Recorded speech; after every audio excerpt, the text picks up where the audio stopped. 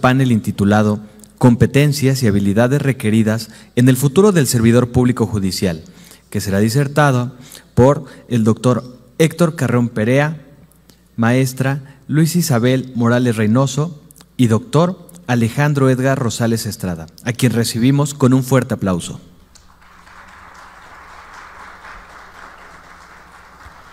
Asimismo, agradecemos la presencia de la visitadora auxiliar en materia familiar del Poder Judicial del Estado de México, maestra Ivette Anguiano Aguilar, quien fungirá como moderadora de este panel y a quien cedemos el uso de la palabra.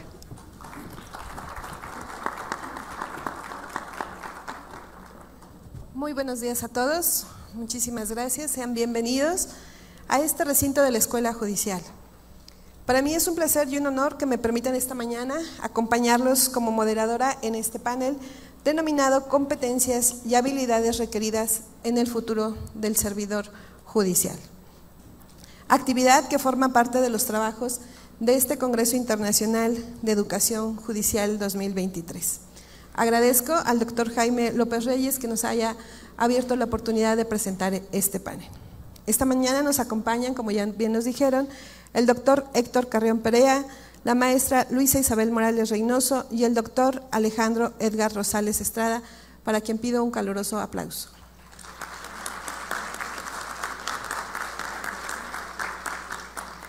Si me permiten, vamos a iniciar con una brevísima lectura de la síntesis curricular de nuestros ponentes.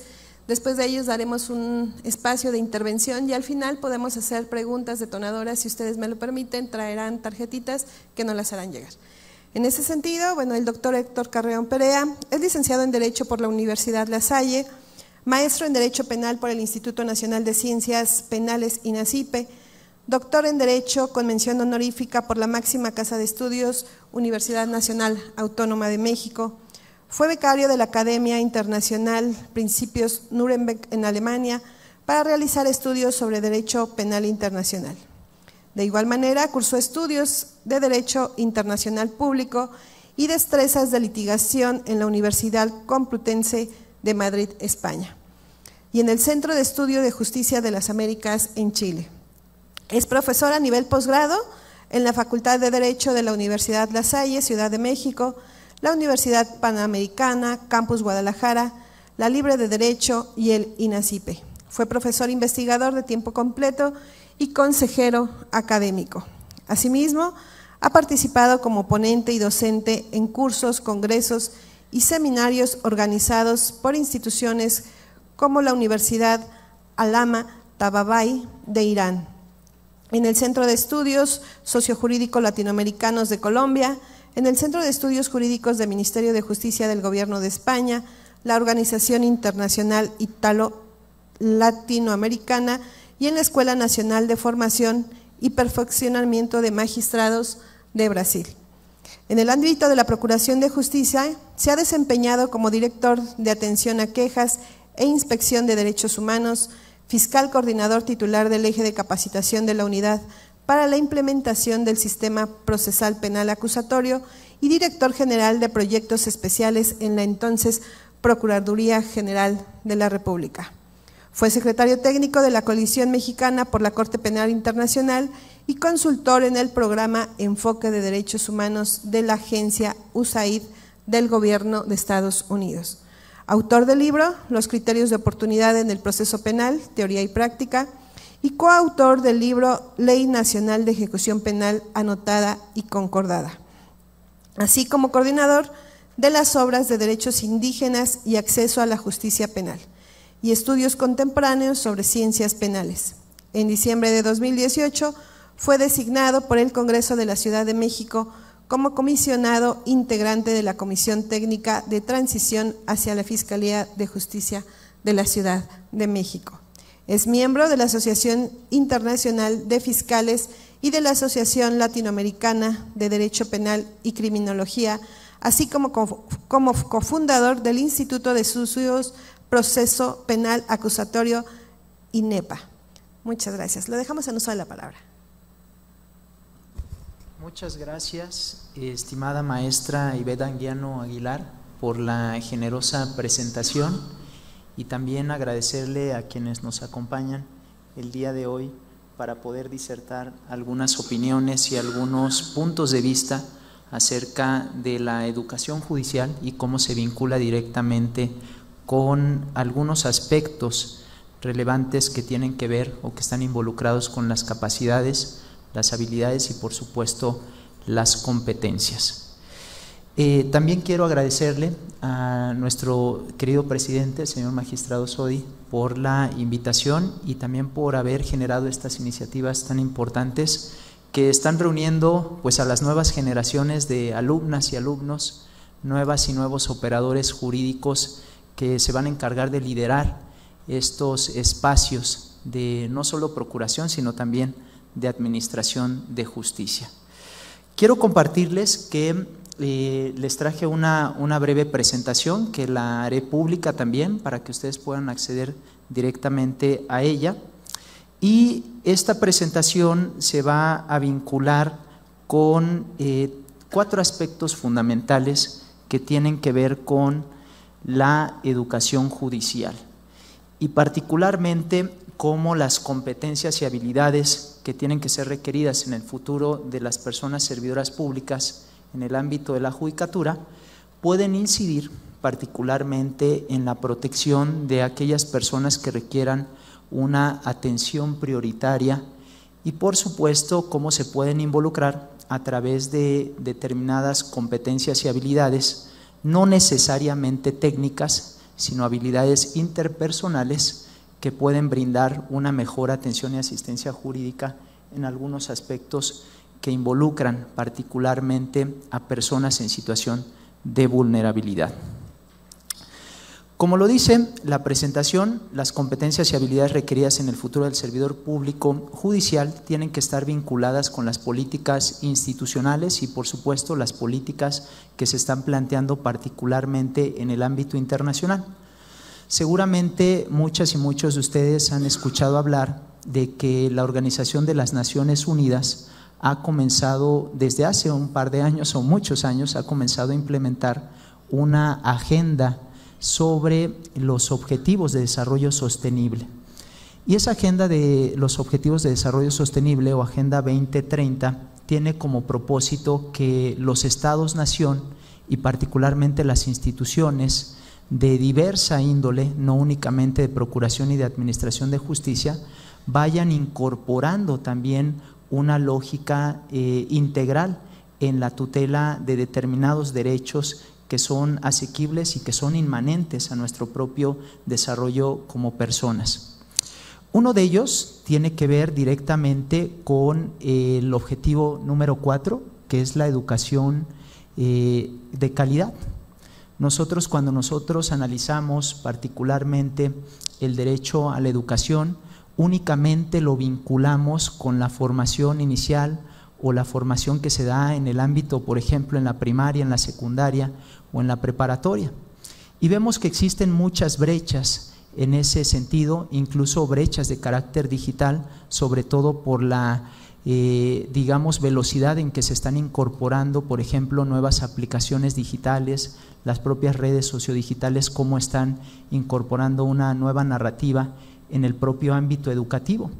Y desde esa perspectiva nosotros debemos de tomar en consideración que la educación de calidad no únicamente se tiene que dar desde una perspectiva de la formación inicial, sino que también se tiene que incorporar aquellos procesos de capacitación continua, especialización y por supuesto aquellos procesos en los que están intrínsecamente involucrados las personas que prestan algunos servicios de asistencia jurídica, como pudieran ser las personas juzgadoras, las personas agentes del Ministerio Público, asesoras jurídicas, personas facilitadoras y en el número de personas servidoras públicas que también participan en esa función primordial que tiene que ver con la asistencia jurídica. Cuando nosotros analizamos los objetivos de desarrollo sostenible, debemos de considerar que esos objetivos pueden servir como brújula orientadora para impulsar también la educación judicial en diversos aspectos. Y cuando analizamos particularmente las acciones que se están planteando directamente en este objetivo número 4, nos vamos a poder dar cuenta que en esas metas o en esas acciones se plantea también que de aquí a 2023 no solo las instituciones que brindan capacitación, que brindan en este caso servicios de educación, tienen por objeto hacer asequible ese acceso igualitario de todos los hombres y las mujeres a una formación técnica, profesional y, como lo dice particularmente este punto número 4.3, superior de calidad. Cuando nosotros, por ejemplo, nos acercamos a las escuelas judiciales o a los centros públicos de investigación, ese es uno de los puntos o una de las acciones en las que tiene injerencia particularmente el Poder Judicial a través de sus instituciones educativas.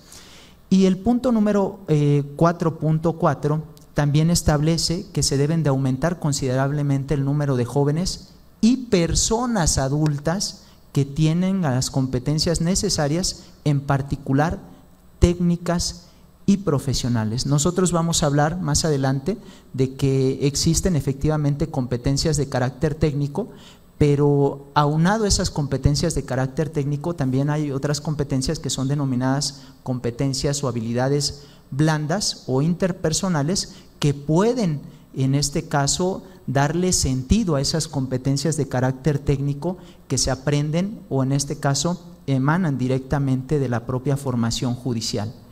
Y lo más importante, el derecho a una educación de calidad también está vinculado con el respeto y promoción de los derechos humanos, como lo dice particularmente esa acción 4.7. Es decir, la educación de calidad también está orientada a preservar, a promover y a proteger los derechos humanos, la igualdad de género, la promoción de una cultura de paz y, por supuesto, una cultura de no violencia. Cuando hablamos de los objetivos de desarrollo sostenible, debemos de tomar en cuenta que son como un Tetris, por así decirlo. No sé si todas y todos han jugado Tetris, pero seguramente eso nos tocó a nosotros en nuestra época hace un par de años. Pero a partir de este tipo de ejercicios nos vamos dando cuenta que los objetivos, por ejemplo, número 4, que tiene que ver con la educación, puede vincularse directamente con el objetivo número 16, que tiene que ver con la paz, justicia e instituciones sólidas.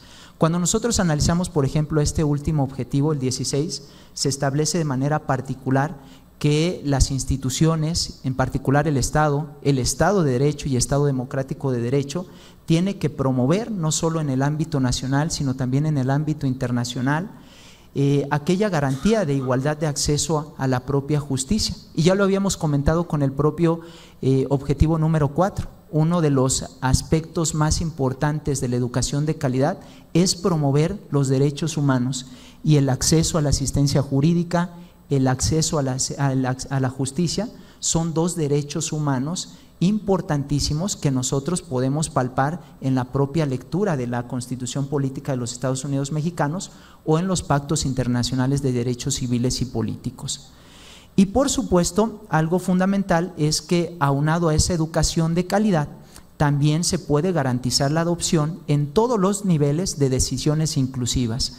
En la medida en que las personas servidoras públicas se les garantice una educación de calidad, una educación superior, una educación profesional que esté orientada a fortalecer las capacidades, sus competencias y sus habilidades, en esa medida las personas juzgadoras podrán tomar mejores decisiones para que éstas sean inclusivas, para que sean participativas y por supuesto respondan a las necesidades particularmente de aquellas personas que requieren una atención prioritaria.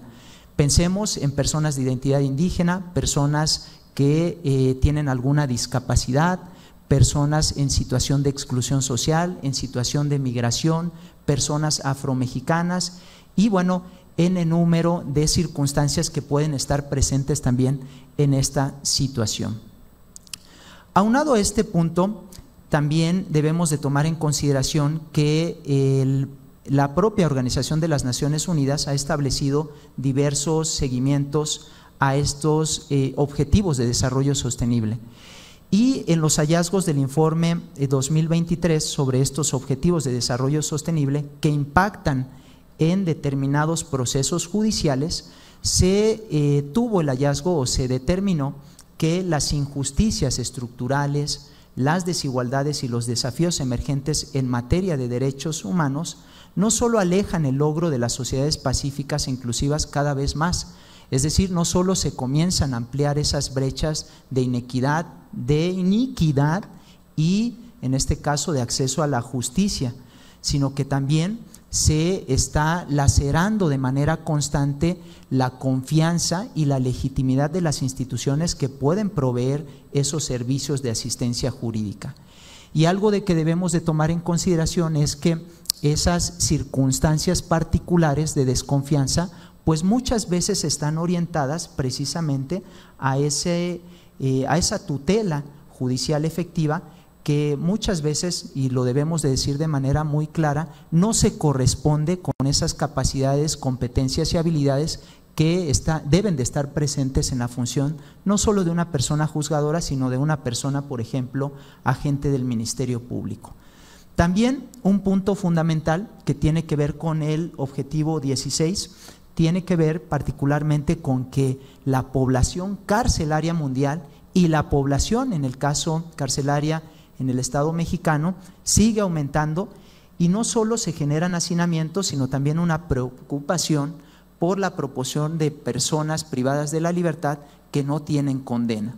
No resulta extraño que en el Estado mexicano, todavía en el ámbito político y desafortunadamente en ese ámbito, se sigan apuntalando de manera irracional, de manera injusta y de manera inequitativa la prevalencia de algunas medidas punitivas como pudiera ser la mal llamada prisión preventiva de carácter oficioso, que sabemos que de acuerdo a las recientes resoluciones de la Corte Interamericana de Derechos Humanos es necesario ya comenzar a vislumbrar, y así lo ha visto la Suprema Corte de Justicia de la Nación y los poderes judiciales estatales, es importante que comience a replantearse esa lógica punitiva o punitivista. Algo importante que debemos de tomar en consideración en el fortalecimiento de las competencias y habilidades de las personas servidoras públicas es que dentro de todos estos procesos son procesos que también se enmarcan en otras grandes iniciativas como son la administración del cambio. Muchas veces cuando se llevan a cabo procesos de transición o procesos de transformación institucional, debemos de tomar en consideración que no todas las personas servidoras públicas están habituadas a nuevos procesos y frente a esos nuevos procesos se tienen que reformular o deconstruir la manera en que ellos están comprendiendo determinados planteamientos que están involucrados directamente con las habilidades y las competencias.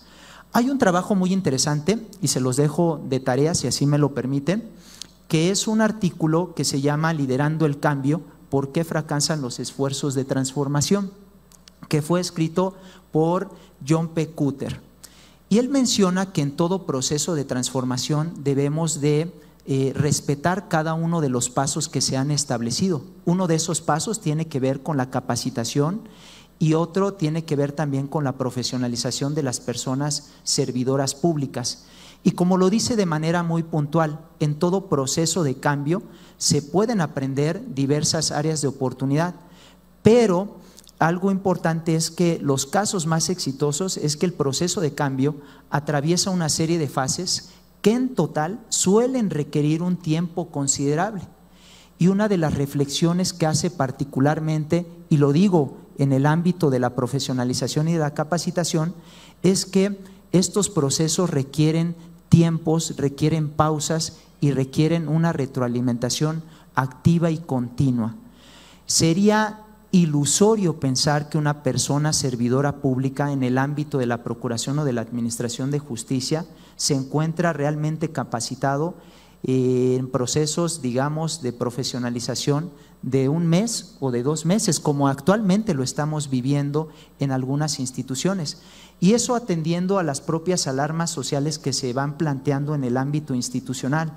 Hay más delincuencia, se requieren más agentes del Ministerio Público, más personas peritas, más personas juzgadoras, hay que capacitarlos en tiempos límites. Y esos tiempos límites, pues desafortunadamente van trayendo como consecuencia errores críticos en este proceso de transformación institucional que tiene que ver particularmente la capacitación. Y como lo dice, tal vez porque tenemos relativamente poca experiencia en la renovación de organizaciones, incluso personas muy capaces suelen cometer al menos un gran error. Y esos grandes errores pueden cometerse particularmente en la capacitación. El tema de la administración del cambio, he insistido mucho en este punto porque la administración del cambio también nos permite llevar a cabo la modernización y mantenimiento de los servicios profesionales de carrera. Algo que debemos de tomar en consideración es que cuando hablemos, por ejemplo, del fortalecimiento de las capacidades institucionales, de las competencias y las habilidades, estas se encuentran involucradas en actividades que van a emanar directamente o que abrevan directamente de las propias estrategias y acciones que se plantean en los servicios públicos de carrera. Y desde esa perspectiva es muy interesante cómo los poderes judiciales cuentan con los servicios públicos más consolidados y más sólidos. Sin embargo, en el ámbito institucional o en el ámbito transicional también se pueden tomar como experiencias algunas que han venido planteándose particularmente en procesos incluso muy conflictivos de legitimidad como son las propias instituciones de procuración de justicia. Uno de los aspectos más importantes es que nosotros identifiquemos cuáles son las áreas causales y cuáles van a ser los retos, y a partir de esos retos poder incorporar las acciones y las estrategias más adecuadas. Pensemos particularmente en la gestión del desarrollo profesional, que uno de los retos es la introducción de capacitación sistemática, procurando su evaluación continua, y por otra parte la organización de la función del capital humano para que se pueda promover no solo la institucionalización de los cambios, sino también poner en movimiento aquellas pautas de conductas y hábitos laborales mediante acciones y estrategias de cambio. Hago hincapié y énfasis en este último punto: conductas y hábitos laborales que van a estar intrínsecamente vinculados con competencias de carácter interpersonal, como pudiera ser la empatía, la solidaridad y la toma de conciencia en la atención, por ejemplo, de personas que requieren una atención prioritaria o que se encuentran en una situación de vulnerabilidad. Partiendo de esta base, les quiero compartir que, a diferencia de las, en este caso, habilidades técnicas que seguramente todas y todos conocemos, que digamos son aquellas habilidades que se van forjando a partir de todos esos procesos de capacitación institucional, de todos esos procesos de capacitación continua, también tenemos habilidades blandas que pueden servir como respuesta operativa a grandes problemas de carácter institucional. Pensemos, por ejemplo, en habilidades blandas como la creatividad, la propia adaptabilidad, la comunicación, la empatía, la solidaridad, que son cuestiones que pueden estar presentes no solo en nuestro ámbito de valores, en nuestro ámbito formativo, sino que también incluso los propios códigos de conducta de las instituciones judiciales o de procuración de justicia apuntalan como una de las características o habilidades más importantes para dar cauce o dar sentido a esas habilidades técnicas. Y desde esa perspectiva quiero compartirles que habilidades como la creatividad, la adaptabilidad y la comunicación pueden llegar a constituir esa respuesta idónea a diversas problemáticas. Diversas problemáticas me refiero, por ejemplo, a la protección de personas que requieren una atención prioritaria, como ya lo habíamos mencionado, la adopción de nuevos enfoques para procurar y administrar justicia, el propio artículo 17 constitucional, y ustedes como alumnas y alumnos ya lo han visto en sus propios temarios o en programas académicos. Uno de los planteamientos más importantes que se están haciendo a nivel institucional, y el Poder Judicial no es la excepción, es la incorporación de nuevos enfoques de carácter alternativo y restaurativo para la resolución de conflictos o acompañamiento y participación en los mismos. Esa lógica punitivista se está deconstruyendo también a partir de la incorporación de estos esquemas de resolución de conflictos de manera amigable o de una amigable composición, en donde se involucra, por ejemplo, la mediación, la conciliación o algunos procesos de carácter restaurativo.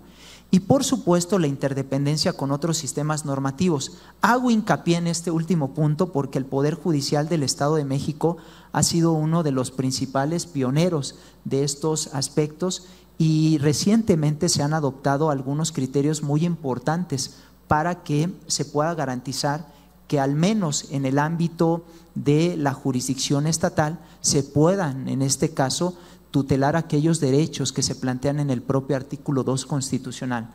Es decir, que las personas de identidad indígena tienen derecho a acceder adecuadamente a la justicia estatal, ordinaria o dominante, como le queramos llamar, pero también tienen derecho a acceder a sus propios sistemas normativos indígenas si se, en este caso, contemplan determinados requisitos o determinadas circunstancias que se plantean en algunas resoluciones institucionales.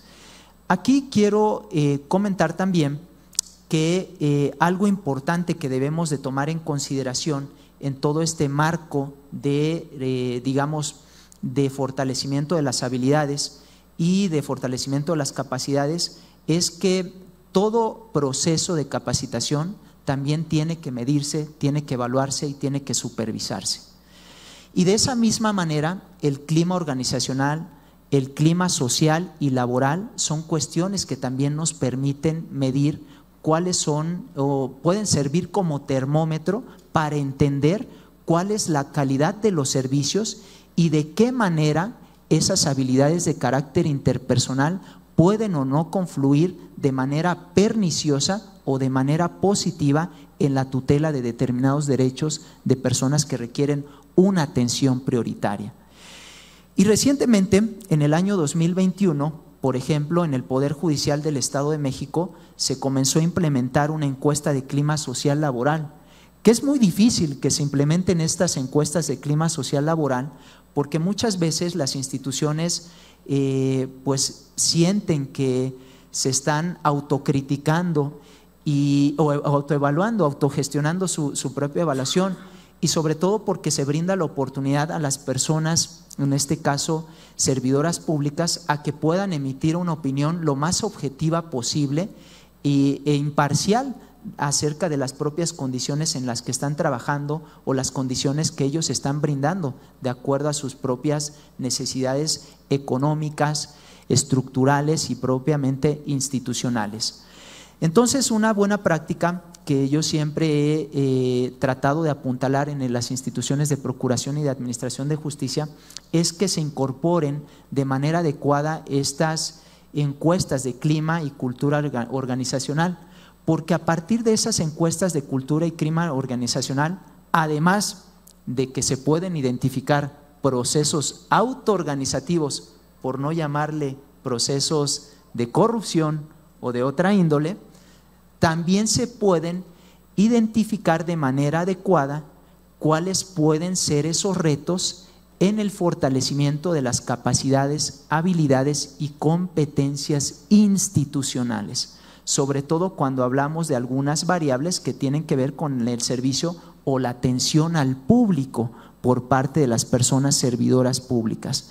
No debemos perder de vista, y eso lo debemos de tener muy claro, que si bien las personas juzgadoras administran justicia, también son personas que proveen servicios de asistencia jurídica de manera horizontal, como lo vienen haciendo los agentes del Ministerio Público, los asesores jurídicos y otro tipo de personas servidoras públicas. Desde esa perspectiva, ya habíamos adelantado que las habilidades blandas o las soft skills pueden garantizar el derecho de acceso a la asistencia jurídica. Y les voy a dar una recomendación. Cuando ustedes analicen cuál es el derecho de asistencia jurídica, el derecho de asistencia jurídica es un derecho, digamos, clave, que forma parte de ese gran derecho de acceso a la justicia que al menos en el ámbito nacional se encuentra contemplado en el artículo 17 constitucional.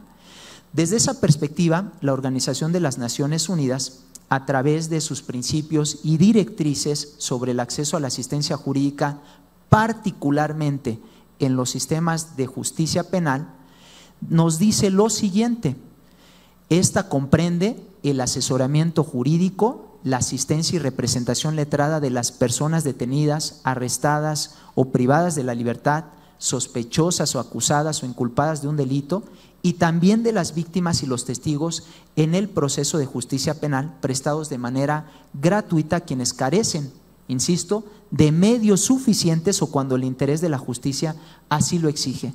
Pero el último punto es crucial y dice lo siguiente: la asistencia jurídica también abarca los conceptos de capacitación jurídica, acceso a la información jurídica frente a esa indigencia jurídica, incluso a la que nos enfrentamos nosotros como operadores jurídicos, y otros servicios que se prestan a las personas mediante los mecanismos alternativos de solución de controversias y los procesos de justicia restaurativa.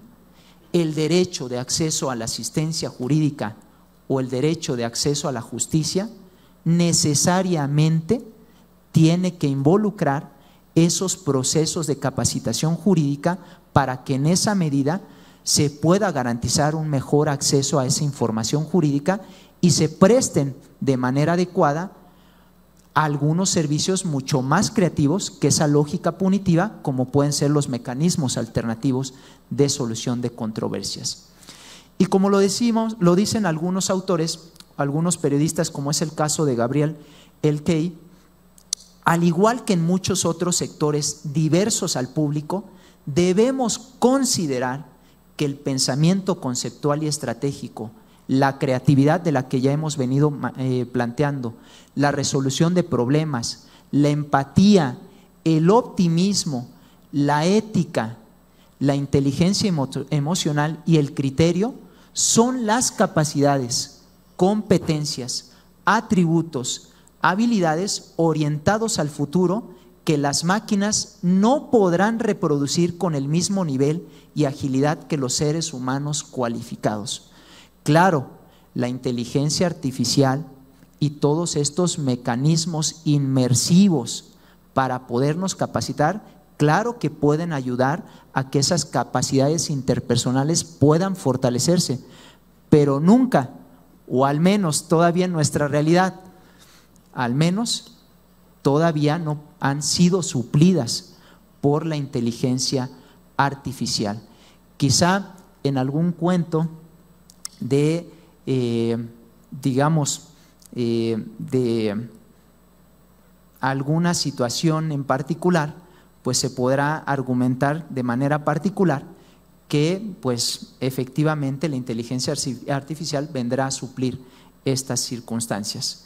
Por último, y no me quiero extender más, maestra, y disculpe la emoción con la que estoy planteando esto, pero no quiero dejar de transmitirles lo siguiente.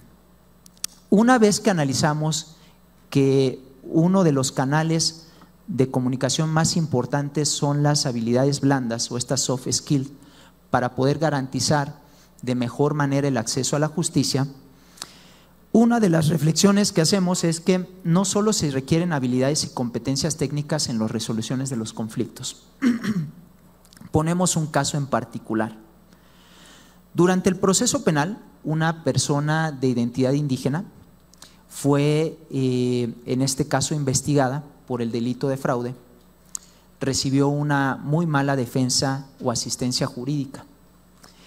Esa persona, además de no haber sido reconocida su adscripción a la comunidad indígena, las personas que asumieron la representación jurídica le engañaban y le extorsionaban para que pudieran darle información veraz, información puntual sobre cuál era el curso de su propio proceso.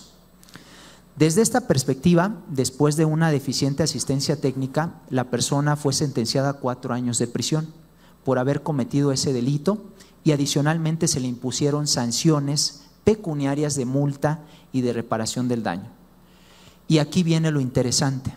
Se abre el expediente de ejecución penal y se determina que si era susceptible la persona de algún beneficio, como pudiera ser la conmutación de esa pena privativa de la libertad por algunas penas, como pudiera ser en el caso concreto el trabajo en beneficio de la comunidad.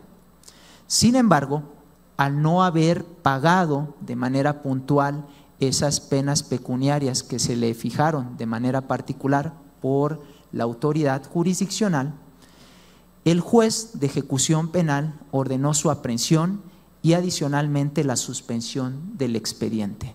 Hago hincapié en estos dos últimos puntos. La persona sentenciada desconocía cuál era el estado de la carpeta de ejecución, no se negaba a pagar la reparación del daño, es más, contaba con el dinero, y dentro del propio procedimiento penal, de manera interlocutoria, se fijó una garantía económica para que eventualmente pudiera hacerse efectiva esa reparación del daño.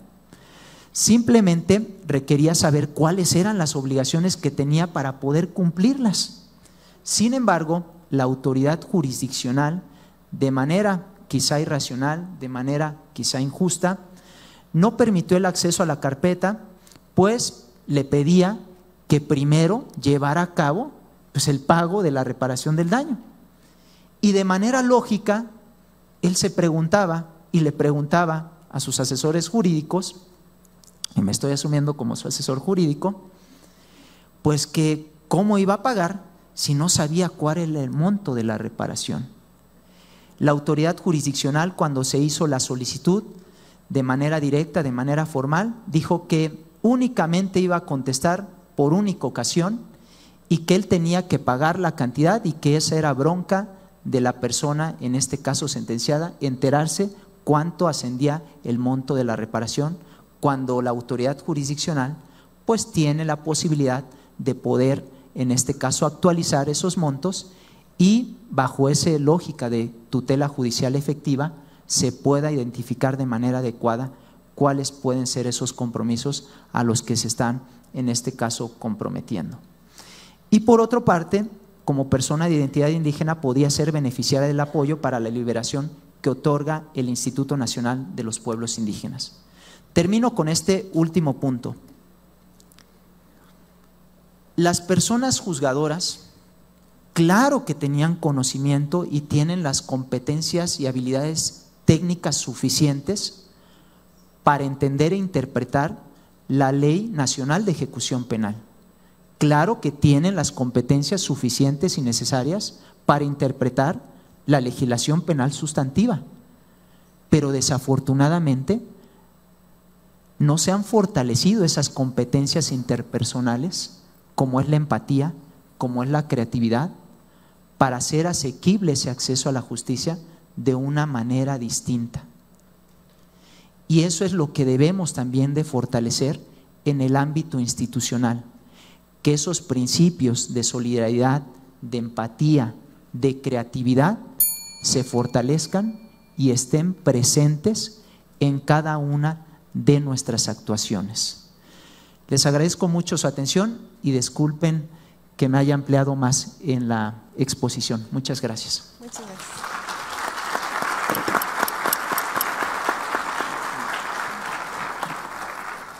Para nosotros es un placer escucharlo, doctor, sobre todo en este momento tan importante, magistrados que nos acompañan, el Código Nacional de Procedimientos Civiles y Familiares. Creo que escucharlo nos da una idea y seguramente esta conferencia llegará a nuestras autoridades, sobre todo en el tema de la administración de cambio. Nos llevamos la tarea que usted nos deja, creo que es un libro muy ad hoc que todos y cada uno de los operadores jurídicos debemos analizar. ¿Cuáles son esos retos? ¿Cuáles son estas estrategias que vamos a tomar como institución para esta actividad? Las habilidades blandas que sabemos que las tenemos, pero a veces nos cuesta un poquito de trabajo ponerlas en práctica, sobre todo al tener a los usuarios frente a los operadores jurídicos, y finalmente las habilidades técnicas que ya las vienen desarrollando cada uno de nuestros compañeros. En ese sentido, si nos permiten, vamos avanzando y damos inicio a la participación de la maestra Luisa Isabel Morales Reynoso. Ella es licenciada en Derecho por la Universidad Autónoma del Estado de México, maestra en Garantías y Amparo por la Universidad Mexicana de Educación a Distancia, doctorante en Derecho por el Centro de Estudios Carbonell, con múltiples cursos, diplomados, certificaciones en materias como Derechos Humanos, Protección de Niñas, Niños y Adolescentes. Tiene una trayectoria de más de 20 años en el Poder Judicial del Estado de México, desempeñándose desde técnico judicial, secretario de acuerdos, secretario proyectista y hoy juez familiar. Actualmente titular del juzgado en línea especializado en materia de violencia familiar y de protección de niñas, niños y adolescentes. Bienvenida, maestra. En ese sentido, a mí me gustaría un poco, señoría, que nos hablara de la justicia digital, de la inteligencia artificial, de cómo todos estos rasgos nos han ayudado a ser un poco sensibles, como lo comenta el doctor. ¿Cómo lo ha vivido usted? ¿Cómo lo ha vivido su equipo de trabajo? ¿Qué considera usted que los servidores públicos debemos desarrollar como competencias y habilidades en la justicia digital? La dejo en uso de la palabra.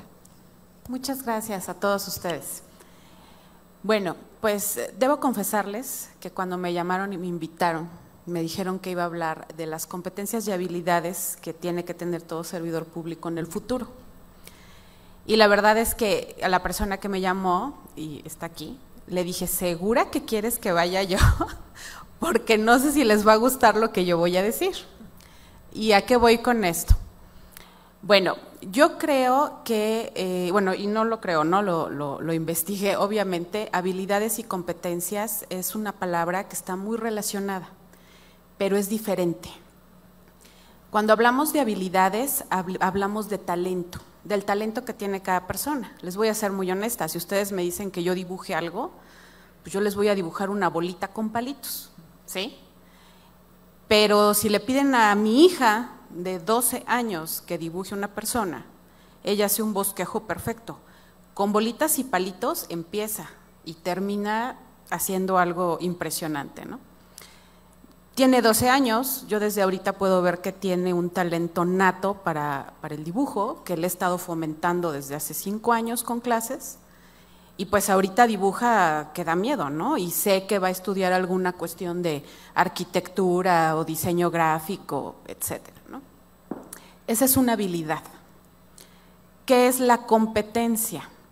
La competencia lo vamos a ir desarrollando nosotros poco a poco con el estudio, etcétera. Creo que es muy importante marcar esa diferencia cuando hablamos del futuro de los servidores públicos judiciales. Les voy a ser muy honesta. Yo cuando estaba estudiando la carrera entré a la Secretaría del Trabajo a hacer mi servicio social y mi sueño siempre fue tener un despacho. Pero incluso por aquí una persona, una magistrada que estoy viendo aquí, junto con algún expresidente del tribunal y mi papá, pues prácticamente me dijeron, no, es que el tribunal es lo mejor, etcétera. Y bueno, entré al tribunal. Les voy a ser muy honesta, cuando yo estudié fui bailando de materia en materia, creo que todos tenemos cierta inclinación cuando estamos estudiando la carrera hacia el derecho penal, todos. Y cuando vemos cómo es, decimos, híjole, no, creo que no, al menos ese fue mi caso. Y después tuve una pequeña inclinación hacia el derecho civil y me di cuenta que a mí me apasiona el derecho familiar. Ustedes van a decir, ¿cómo es posible que no te guste el derecho civil, pero sí el familiar? Bueno, es que aquí es el punto que yo les digo que a lo mejor me van a regañar. Yo creo que es muy importante y es un compromiso de todos los servidores públicos, porque nosotros somos servidores públicos, escuchen, somos personas que sirven a la sociedad, les estamos dando un servicio, ¿sí? ¿Qué significa esto? Que tenemos la obligación, 1, de estar capacitados, 2, de saber de lo que hablamos, ¿sí? Si ustedes llegan ahorita y me dicen, y aquí es donde les digo que a lo mejor me estoy echando solita la soga al cuello, que haga una sentencia reivindicatoria, pues intentaré por todos los medios hacerla, se los juro. Pero les voy a ser muy honesta, la práctica da herramientas que no los dan los libros. Ustedes tienen una facilidad ahorita y ojalá pudieran regresar un poquito el tiempo para que vieran cómo estudiábamos nosotros, me atrevo a decir. A mí me tocó ir a la biblioteca. Me tocó ir y sacar los cajoncitos para revisar las fichas y luego estar buscando. Ustedes con el internet, wow, tienen una cosa impresionante. Cuando la maestra Ivette me hizo favor de leer mi currículum, ustedes se habrán dado cuenta, yo la maestría la estudié en línea. Y el doctorado, para mí, lo mejor que me pudo haber pasado fue la pandemia, porque el Centro Carbonell abrió doctorados en línea y entonces pude aplicar. ¿Sí? Entonces, les voy a ser muy honesta, yo me he dado cuenta que como abogada Me daba mucho coraje cuando la gente decía que era una carrera muy sencilla, que si no sabes qué estudiar te vas a derecho, que etcétera. No es la verdad, no es así. Es así si uno quiere. Yo cada vez me he dado más cuenta que el derecho o la carrera de derecho se parece mucho a un doctor. Y ustedes me dirán, ¿cómo es posible? Bueno, tenemos que especializarnos. ¿Por qué? Porque el derecho es muy amplio, hay muchísima información, es impresionante la cantidad de información que hay. Entonces, ¿qué es lo que pasa aquí? Que como estudiantes o como abogados litigantes tienen la obligación de especializarse. Si yo como abogado particular tomo un caso, es porque yo sé de esa materia. Y creo que aquí juega un papel muy importante la ética. ¿Por qué? Porque si yo no sé de esa materia y tomo el asunto y lo hago mal, pues no pasa nada. Pero ¿qué pasa con esa persona? Estamos hablando de cuestiones gravísimas, de la libertad, de bienes, a lo mejor de su patrimonio económico. Y aquí pues no me voy tan lejos, ¿no? Estamos hablando de la posibilidad de que esa persona vea a sus hijos o no, o de la posibilidad de que esa persona pueda tener bajo su cuidado sus hijos, o de la libertad, si nos vamos al área penal. Entonces, cuando me comentaron del futuro, yo dije, híjole, pues yo voy con todo gusto, a lo mejor no les va a gustar mucho lo que voy a decir, pero yo apuesto por la especialidad totalmente. Yo no puedo ser un abogado todólogo, pero si ustedes a mí me hablan de familiar, yo llevo 20 años especializándome en área familiar. Literalmente. Me acabo de inscribir un curso de psicología forense que tiene mucho que ver con psicología. ¿Por qué lo hice? Pues porque muchas veces llegan los peritos y cuando me hablan de las pruebas, pues yo digo, no, sí, tiene razón, pero ni siquiera sé de qué me está diciendo. O sea, si el perito me dice, es que la prueba HSP dice que la persona no es una persona que no es violenta, me está hablando en chino. Tomé el diplomado, bueno, lo estoy tomando. Ahora sé que esa prueba HSP significa House, Tree, People. ¿Qué significa? Que ponen a una persona a dibujar una casa, una persona y un árbol. El árbol representa la casa, la persona representa los problemas que puede tener en el pasado. Cuando nos piden que dibujemos una persona bajo la lluvia, estamos hablando de la estructura familiar. Bueno, yo no soy psicóloga, pero estoy tomando un diplomado en psicología forense porque me da vergüenza estar en una audiencia y que el perito me esté hablando de eso y que yo diga, sí, se tiene por rendido el dictamen. No. Le voy a preguntar, oiga, ¿y la prueba que usted me está aportando era una prueba estandarizada para la población mexicana? Porque ahora ya sé que todas las pruebas tienen que estar estandarizadas para la población a la que se aplican. Pero eso, ¿cómo lo obtenemos? A través de la especialización, a través de la educación y a través de una capacitación continua, ¿sí? Si a mí me duele el corazón, no voy a ir a ver un médico general, no voy a ir a ver un otorrino, voy a ir a ver un cardiólogo, ¿sí? Entonces, yo le apuesto a la especialización. Me atrevo a decirles que en mi experiencia que llevo en el Poder Judicial de 20 años, puede haber un servidor público civil excelente y eso no significa que va a ser un buen servidor público en materia familiar. Al contrario. ¿Por qué? Porque la materia civil es un punto muy fino,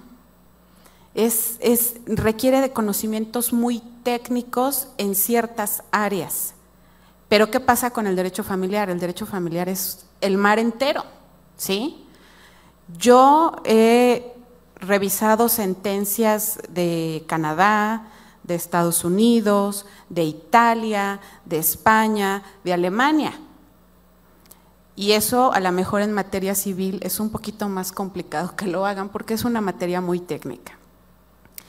Bueno, sentado lo anterior que les digo de la profesionalización y la especialización, que yo creo que como alumnos tienen la obligación de especializarse porque se deben a la sociedad, así como nosotros como servidores públicos tenemos una obligación moral y trabajamos para la gente, también los abogados tienen la obligación de capacitarse y la obligación de ética. Escuchen lo que digo, ética, de que cuando tomen un asunto es porque lo saben. No saben cuántas veces me he encontrado yo en un juicio y les voy a platicar. Bueno, habíamos planeado que iban a hacer preguntas, yo no hice presentación, si no se las hubiera traído, pero bueno, les voy a comentar.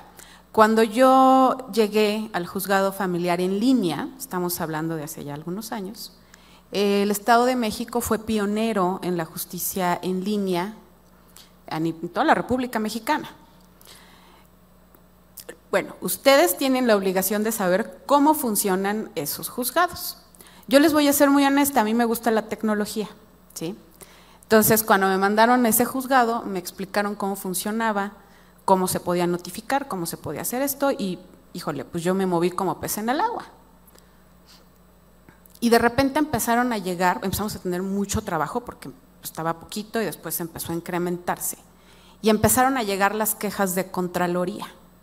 Oiga, es que tiene 2 meses que no ha mandado el exhorto. Y yo me reía, ¿no? Y le decía, híjole, ¿qué cree? Más bien tiene 2 meses que ya me lo regresaron y que el abogado ni siquiera puso un pie en Ciudad de México. No, pero que dice que no está. ¿Cómo no? Aquí está. Y en mi cadena dice cuándo lo subí, a qué hora lo subí, y fue el mismo día en que salió la sentencia.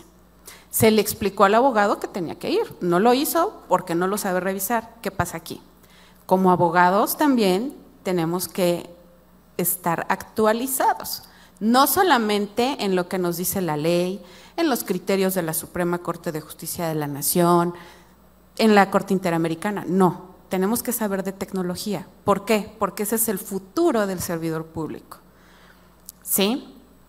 Yo no le apuesto tanto a la inteligencia artificial, les voy a ser muy honesta, porque creo que el trabajo que se hace a través del servidor público es muy fino y requiere de ciertas cuestiones muy subjetivas que la inteligencia artificial todavía no puede manejar. ¿Sí? Pero, ¿por qué? Porque si, por ejemplo, decimos, vamos a hacer una operación, una apendicectomía, a lo mejor a través del láser se va moviendo por ciertas cuestiones, pero yo les puedo plantear 2 casos exactamente igual con una sentencia diferente. ¿Por qué? Porque las circunstancias cambian. No es lo mismo que una mujer que tenga un doctorado, que trabaje en una empresa, que tenga 5 hijos, venga y me pide el divorcio o me diga me están violentando, a que venga una persona que tiene terminada la primaria, que tiene 5 hijos, que no trabaja, que vive en una zona marginada. Las sentencias van a ser diferentes. ¿Por qué? Porque las circunstancias son diferentes. Entonces, estamos hablando de que el área jurisdiccional en ese aspecto es casuístico. ¿Sí? Bueno, regresando al tema que les estoy diciendo, la justicia digital, es difícil que la inteligencia artificial aborde esos temas de forma puntual, pero efectivamente influye y influye muchísimo. ¿Ustedes cuándo pensaron que iba a haber juzgados en línea? 100% en línea. ¿Sí? Nunca. ¿Y qué pasó? Que llegó la pandemia y la maestra Ivette no me dejará mentir, nosotros fuimos el único juzgado que nos cerró en toda la República Mexicana. O sea, para mí no hubo pandemia en esa parte, ¿no? Entonces, ¿qué pasa aquí? Que ustedes como abogados no solamente tienen la obligación de capacitarse, etcétera, sino que tienen la obligación de saber usar la tecnología. ¿Por qué? Porque ahora hay notificaciones digitales que les llegan por WhatsApp. ¿Sí? Si no saben usar el expediente electrónico, pues pueden cometer un error muy grave. Y tan grave como les voy a platicar algo que nos pasó en la madrugada, porque yo vengo saliendo de turno de 24 horas, les voy a decir. A las 4 de la mañana me entra un escrito inicial, lo abro y no veo nada. Y entonces yo dije, no es posible, ¿no? Pues a ver qué pasó. Lo empiezo a revisar y resulta que me suben una contestación de término. Fíjense lo delicado del asunto, una contestación de demanda de término. Como un inicial, pero además no me ponen la promoción, sino que todo el contenido de la promoción lo ponen como una nota digital. Eso significa que yo no puedo hacer nada de manera digital para pasar esa promoción al expediente que es, porque tengo la obligación de rastrear y no violentarle ese derecho a esa persona de acceso a la justicia. Entonces lo tengo que pasar, pero no puedo porque lo ingresó mal.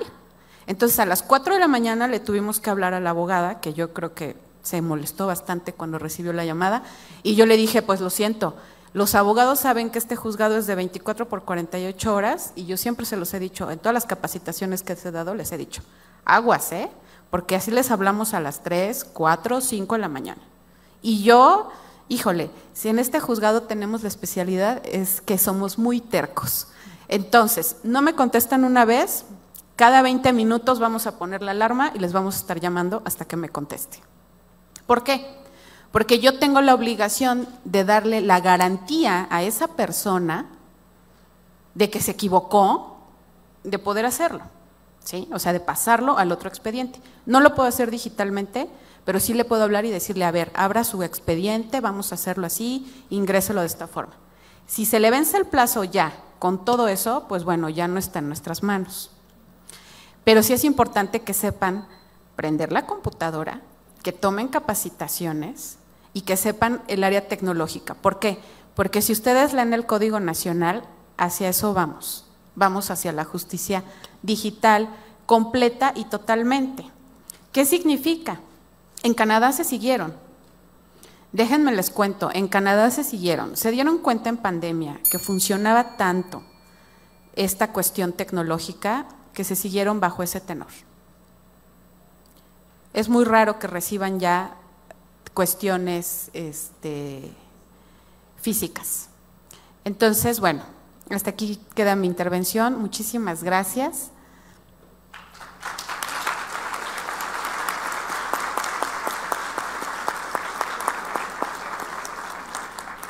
Gracias. Cobra realmente en este momento relevancia una frase que muy comúnmente el doctor Ricardo Sodi comenta. El primer acto de corrupción de un servidor público comete es aceptar el cargo para el cual no es competente. En ese sentido, bueno, ahora incluso el Código Nacional implica que todos ustedes como asesores jurídicos o representantes de cualquier parte deberán estar también especializados, porque si no caemos en la corrupción, como bien lo señalaba el doctor y la maestra Isabel. Si me permiten, vamos a dar continuación a la siguiente charla del doctor Alejandro Edgar Rosales Estrada. Él es licenciado en Derecho por la Universidad Autónoma del Estado de México, con diplomado en Delitos, Procedimientos Penales y Ejecución de Penas por la Universidad Iberoamericana en Justicia Penal y Medicina Forense por el Colegio Superior de Ciencias Jurídicas e Instituto Jurídico de Ciencias Forenses, SC. Ha cursado la especialidad en Derecho Procesal, en Derecho Penal y en Administración de Justicia Civil en la Facultad de la Universidad Autónoma del Estado de México. Tiene el grado de maestro en Administración de Justicia y maestría en Derecho por la misma institución. Es doctor en Derecho por la Universidad Autónoma del Estado de México, estudios concluidos en doctorado en Derecho Procesal Constitucional en el Colegio de Estudios Jurídicos de México. Ha impartido cátedra en la licenciatura y posgrado de la Facultad de Derecho de la UAM y en la Escuela Judicial del Tribunal Superior de Justicia, en las materias de Derecho Penal y Derecho Procesal Penal. Actualmente es maestro de la licenciatura y maestría en la Facultad de Derecho de la Universidad Anáhuac, México Norte. Ha impartido cursos de capacitación en el sistema de justicia penal acusatorio oral y conferencias sobre el mismo tema. Ha sido juez de primera instancia en las materias civil y penal, magistrado en materia penal del Tribunal Superior de Justicia de 2000 a 2015. Actualmente es magistrado en retiro y abogado postulante titular del despacho Rosales y Rosales, a quien damos la más cordial bienvenida. Adelante, doctor.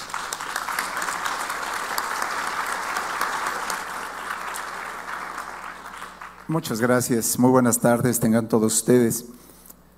Déjenme comenzar diciendo que una vez que he escuchado las brillantes disertaciones de los doctores que me han antecedido en el uso de la palabra, entiende uno por qué ponen al viejito al final, ¿verdad? Porque dicen, bueno, ya nos contaron el futuro, ya nos contaron el presente y ahora pues también necesitamos un poco de historia. No se crean que vamos a hablar de historia, ¿verdad? Pero sí alguna remembranza que el servicio público me ha dejado y que quisiera comentar con ustedes. Antes que nada, pues agradecer la invitación que me hace la Escuela Judicial. A mí, en lo particular, me causa un doble beneplácito. Por un lado, pues la participación con tan brillantes abogados que no nada más en materia de administración de justicia, sino también en actividades docentes, desde luego han destacado el público aquí presente que conforma un foro que yo veo homogéneo y heterogéneo. ¿Cómo será esa dualidad? Pues lo veo homogéneo porque todos tienen el mismo propósito, la misma finalidad, hablar sobre temas de educación judicial particularmente, pero muy heterogéneo porque veo gente joven y gente más joven todavía, ¿verdad? Ahí conformando este auditorio y ávidos de conocer y de prepararse todavía mejor. Y la segunda causa que me produce un enorme placer, una satisfacción personal, es tener la oportunidad de regresar a casa. Dicen el hijo pródigo, ¿verdad? No es que no quiera regresar, ¿verdad? Pero sí, cuando lo invitan a uno a un evento de esta naturaleza, después de algunos ayeres que dejamos la institución, es motivo de un sentimiento que nace aquí en el corazón y que lo quiere transmitir uno solamente como un comentario, ¿verdad? Cuando a mí me pidieron que pudiera participar en este foro, en este Congreso Internacional de Educación Judicial, me hicieron del conocimiento que se trataba de hablar sobre las competencias y habilidades requeridas en el futuro del servidor público judicial. Cuando yo leí la invitación, no sé si fue dislexia, ¿verdad?, o fue la visión que quise yo dar a ese tema, pensé en el servidor público del futuro. ¿Cómo visualizo yo, en lo particular, y se los quiero comentar, al servidor público del futuro? ¿Cambiará mucho? ¿Será igual? ¿Tendrá las mismas necesidades? ¿Tiene las mismas condiciones? Y eso me llevó a pensar un poquito, y aquí introduzco el tema de la historia que les decía. Si yo me remonto al momento en el cual ingresé al Poder Judicial, aproximadamente hace unos 30 años, venía yo ya del servicio público. Yo era agente del Ministerio Público, había pertenecido o pertenecía hasta ese entonces en la Procuraduría General de Justicia, y desde luego mi actividad en ese momento se complementaba. Había sido servidor público de la institución encargada de la investigación y de la persecución de los delitos, y ahora me incorporaba, y fíjense, al Poder Judicial en un cargo pues tan honroso como ser juzgador. Me incorporé como juez, pero no en la materia que se suponía que yo debería de haber ingresado, ¿verdad? Porque les comento, yo era agente del Ministerio Público, y a pesar de que el derecho civil, el derecho familiar me gustaba en la escuela, pues siempre dicen que por ahí la cabra tira al monte, ¿verdad? Y me gustaba el pleito, y me gustaba, dicen por ahí los chismes, ¿verdad? Y la sangre. No es cierto. No, eso es mentira, no se ve en materia penal. Pero me gustaba el derecho penal y pensé que la vocación y la formación iba encaminada por ahí. Pero que me designan juez civil, caray. Y eso tiene que ver precisamente con la educación judicial, no crean que les vengo a contar mi historia. Me designan como juez civil y desde luego una materia muy gratificante, una materia muy amplia, y éramos jueces civiles mixtos, ¿verdad? Porque llevábamos la materia familiar, la materia mercantil y la civil. Y bueno, imagínense, sufriendo, pero pues ahí pusimos el mejor esfuerzo.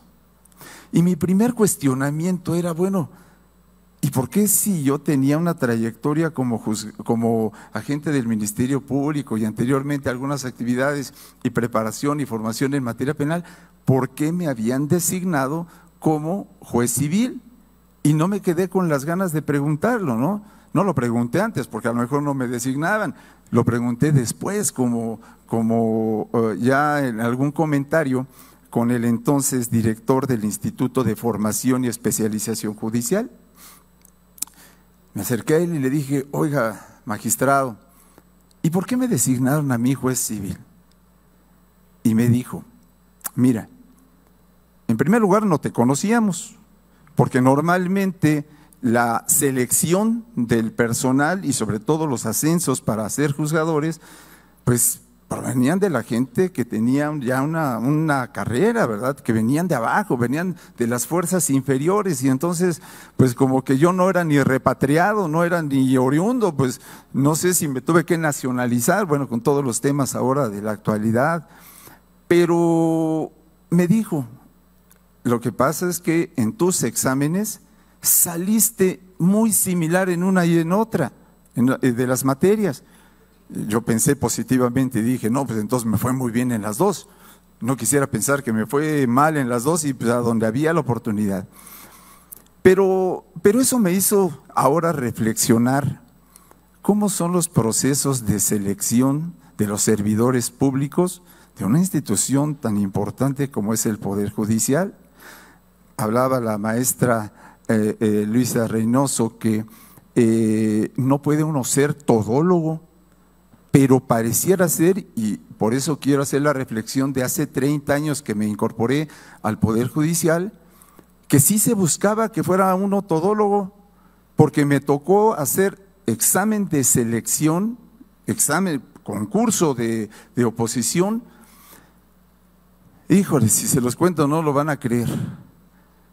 6 materias diferentes, amparo, bueno, eso es común para todos, derecho procesal penal, derecho procesal civil, derecho civil y mercantil y familiar.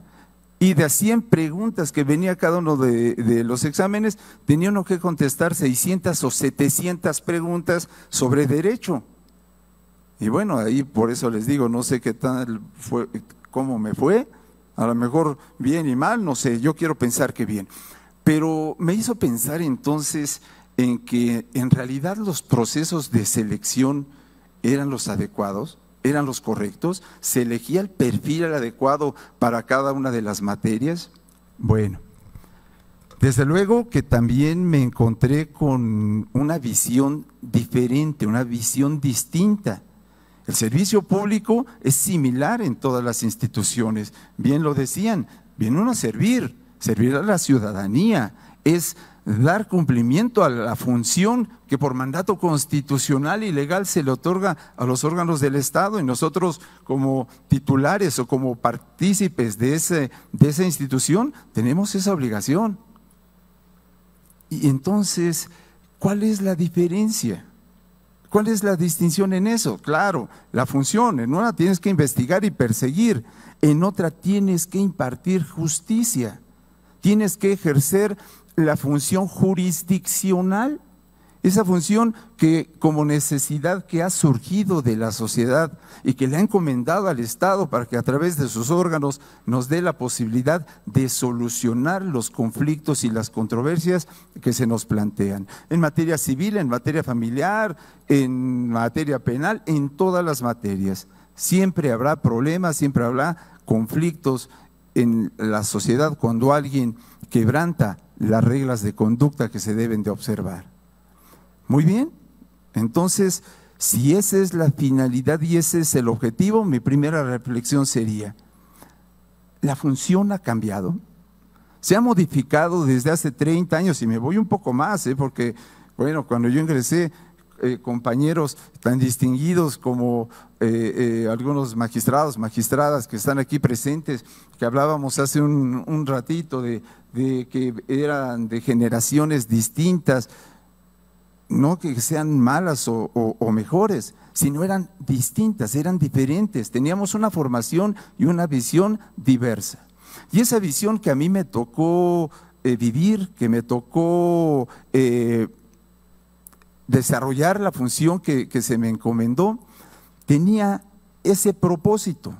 Y hoy me pregunto, la función jurisdiccional, la que ejerce el órgano encargado precisamente de ello, el órgano judicial, ¿ha cambiado? Creo que mi respuesta sería no, es la misma finalidad, es el mismo propósito. Oye, y se realiza ese propósito y esa finalidad de la misma forma, ahí sí advierto cambios, porque en su momento era, pues aplica la ley al caso concreto, resuélvelo, valora el elemento probatorio y toma la decisión que debas de llevar a cabo tú como juzgador. Hoy día ya no es únicamente que decidas en definitiva, que resuelvas a partir de la culminación de un juicio ordinario. Hoy día tenemos la incorporación de medios alternos de solución de conflictos, de controversias. Hoy día tenemos visión diferente porque se busca no nada más resolver el problema, sino también la justicia restaurativa, aquella que de alguna manera restañe, que resarza, que sanee el conflicto que ha provocado el evento que ha llevado a la autoridad judicial las partes. Y también tenemos en otras materias la justicia terapéutica. Oye, si alguien ha cometido un evento delictuoso bajo alguna condición de enfermedad o de algún problema, pues ayúdalo. Justicia, Estado, tienes la obligación de proporcionarle los elementos necesarios para que se reintegre a la sociedad.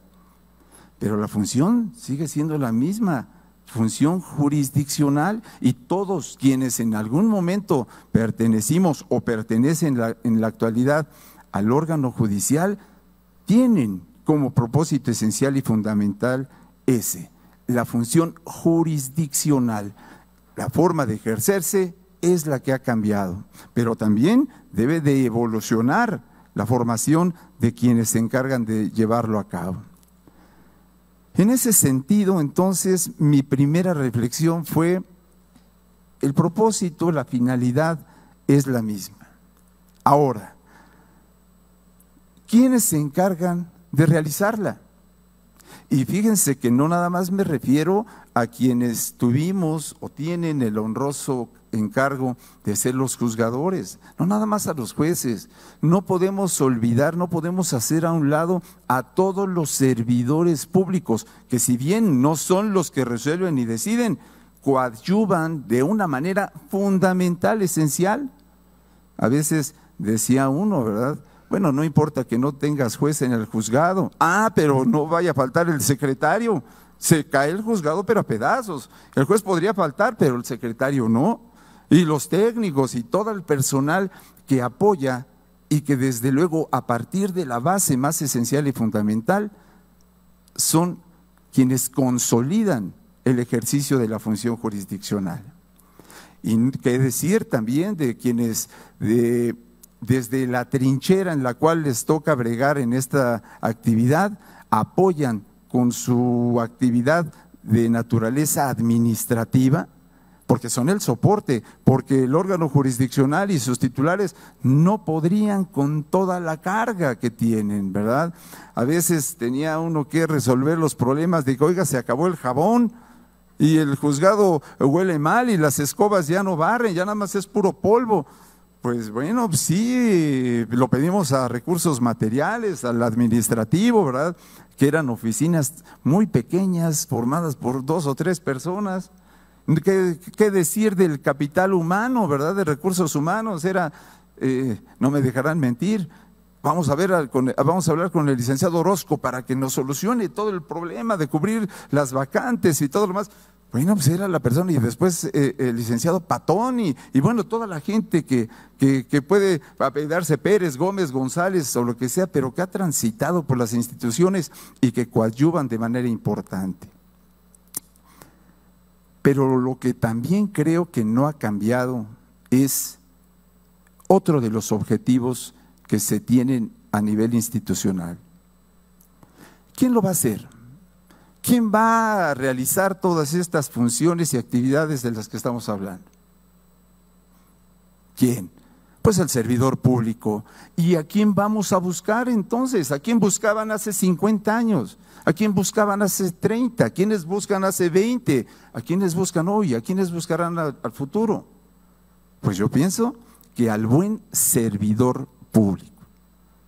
Porque todas las instituciones, y particularmente estamos hablando de la judicial, tienen como finalidad, primero, si ya los tienen, consolidar la formación de los buenos servidores públicos y conservarlos, porque después hay éxodo, ¿verdad? Y bueno, acabamos de vivir, no sé si sea conveniente que lo diga, ¿verdad? Una renuncia inusitada y pues poco vista de un ministro de la Corte, de una actividad jurisdiccional de tanta relevancia y envergadura. Pues habría que conservarlo, él tendrá sus razones, pero un buen servidor público también debe de ser conservado dentro de la institución para que coadyuve en esas funciones. Pero no siempre los tenemos, habrá que formarlos también, y entonces a partir de la selección adecuada de esos elementos humanos, podremos consolidar el ejercicio de la función. Y entonces vamos a prepararlos. Si no los tengo, si no está desarrollado, si no está consolidado, entonces tengo que elegir los elementos necesarios para poder identificarlo y para poder llevar de mejor manera el objetivo que persigue la institución. ¿Cómo identificar, cómo formar, cómo consolidar? ¿A quién no debemos dejar ir de las instituciones? Pues al buen servidor público. Bonita pregunta, bonita respuesta. ¿Y quién es el buen servidor público? Y no que haya buenos y malos, ¿verdad? No se malinterprete la postura. Queremos identificar al que tenga el perfil necesario, que lo tuvo ayer, que lo tiene hoy y que es posible que lo tendrá mañana. Y no siquiera posible, es necesario que lo tenga el día de mañana.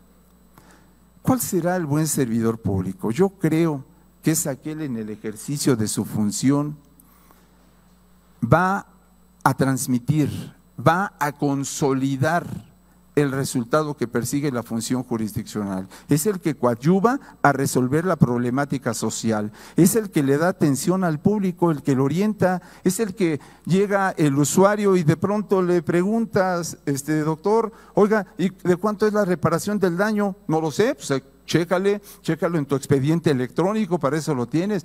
El buen servidor público es el que es capaz de transmitir, de orientar, de dar la posibilidad de que la ciudadanía salga contenta. Oye, ¿y por qué vienes tan contento? Pues si te dictaron una sentencia de condena. Sí, pero mira nada más que sentencia emitió el juez, ¿verdad? Hasta yo me la creí que soy responsable.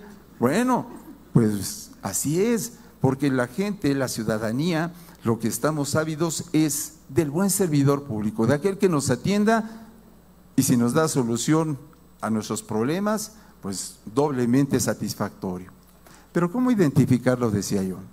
Yo creo que son algunas áreas fundamentales y esenciales, muchas de ellas las han tocado quienes han antecedido en el uso de la palabra, solamente quiero semblantearlas de manera somera. La primera de ellas, y tiene relación con las habilidades blandas que nos hablaba el doctor Carreón, una integridad ética y moral. El buen servidor público judicial debe de actuar con honestidad, debe de saber que el ejercicio de la función del cargo que tiene es para el beneficio social, no tiene nada que ver con beneficios personales de ninguna naturaleza. Sí, está obligado a aplicar la ley, sí, desde luego, él es el encargado, él es el garante de la legalidad, de la constitucionalidad, de la convencionalidad, pero en su actuar y en la toma de sus decisiones no puede dejar por fuera aquellos valores, aquellos principios éticos o morales que deben de regir su actuar. Y esa es una formación difícil. ¿Cómo nos van a querer cambiar, dicen por ahí?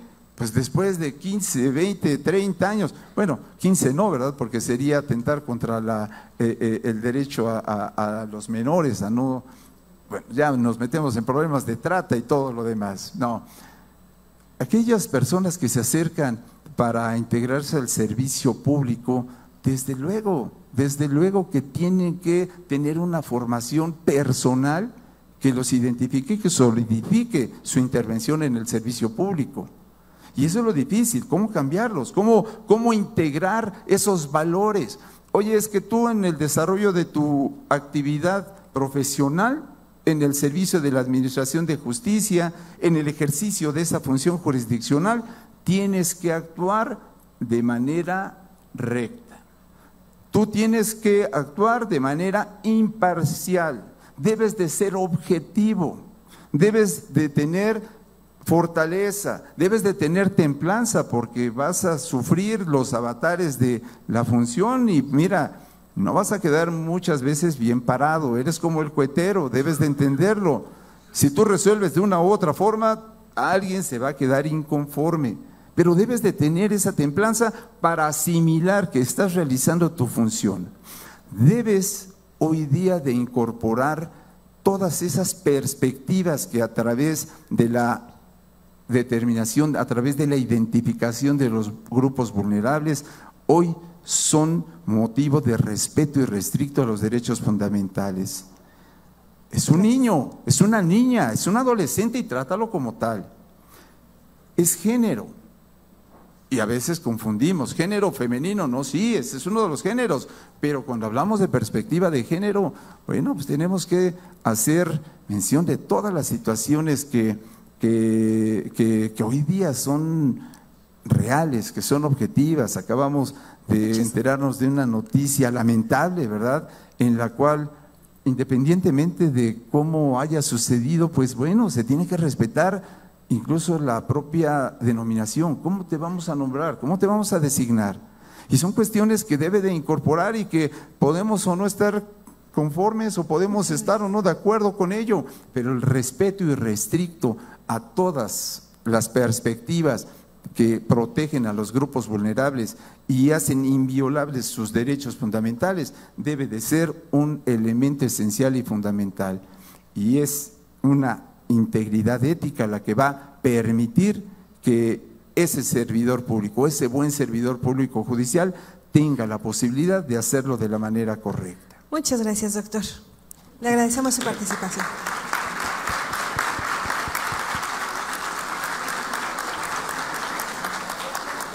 De verdad agradecemos su participación, sabemos que los minutos nos comen en estos congresos tan importantes, ya no nos da espacio para preguntas y respuestas, pero sin embargo, bueno, los seguimos invitando a que sigan todo el congreso y nos hagan llegar sus preguntas a través de la página. Muchas gracias. Agradecemos la brillante participación de nuestros panelistas. En este momento se hará entrega de un muy merecido reconocimiento, así como de un obsequio a cada uno de ellos por su destacada disertación.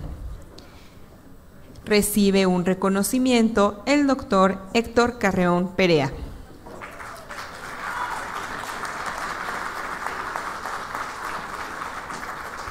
Se hace entrega a cada uno de ellos de un obsequio. Recibe un reconocimiento la maestra Luisa Isabel Morales Reynoso.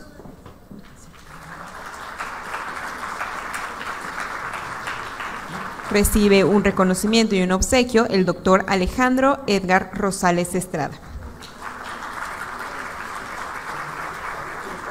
En este momento, el doctor Marco Antonio Quiroz Carvajal, integrante de la Unidad de Apoyo Administrativo de la Escuela Judicial del Estado de México, hará entrega de un muy merecido reconocimiento y un obsequio a la maestra Ivette Anguiano Aguilar.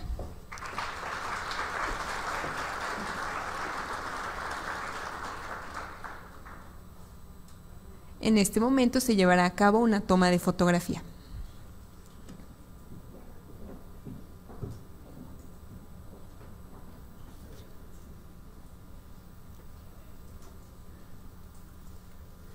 Agradecemos a cada uno de los participantes de este panel con un fuerte aplauso.